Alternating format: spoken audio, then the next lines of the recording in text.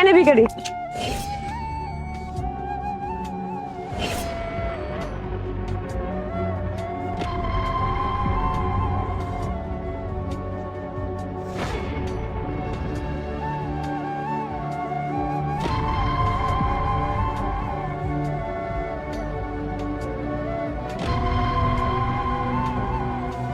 প্রীতি, আমি জানি তুমি খুবই একটা নরম মনের মানুষ, আর এই পাগলটাকে দেখে তোমার মায়া লাগছে। ওকে আমি অনেক আগে থেকেই চিনি, ও এখানেই থাকে। আসলে কি বলতো, ওর একটা খুব খারাপ পাস্ট আছে। ও একটা মেয়েকে খুব ভালোবাসতো, আর সেই মেয়েটা ওকে ছেড়ে যাওয়ার পর ওরা যে অবস্থা। তুমি ওর ব্যাপারে আর কি কি জানো? আমি লোকের মুখে যতটা শুনেছি, ওর একটা 5 বছরের সম্পর্ক ছিল। মেয়েটাকে খুব ভালোবাসতো, কিন্তু গায়ে হাত তুলতো, গালাগাল করতো, টর্চার করতো।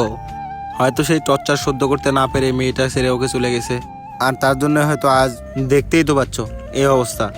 আসলে কি বলতো, আল্লাহ যা করে ভালোর জন্যই করে, তার জন্যই তো দেখতেই পাচ্ছ নিজের শাস্তির ফল এখন নিজেই পাচ্ছে। Stop it!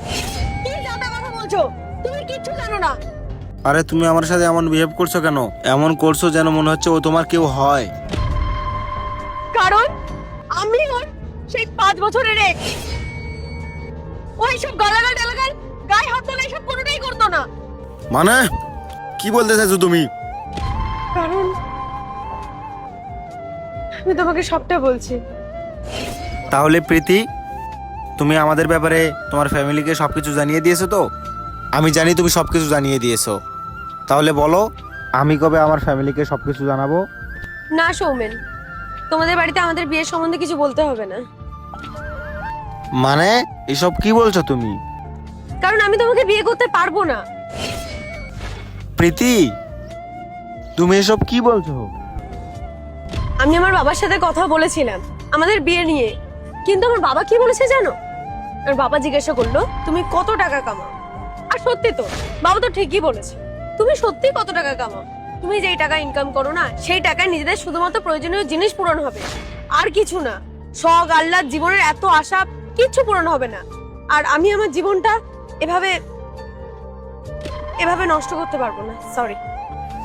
প্রীতি, তুমি কেন এরকম কথা বলছো? আমি তোমাকে কত ভালোবাসি। গাইস, তারপরে কি হলো সেটা দেখতে চাইলে ভিডিওতে একটা লাইক করে পার্ট 2 লিখে কমেন্টস করে দাও।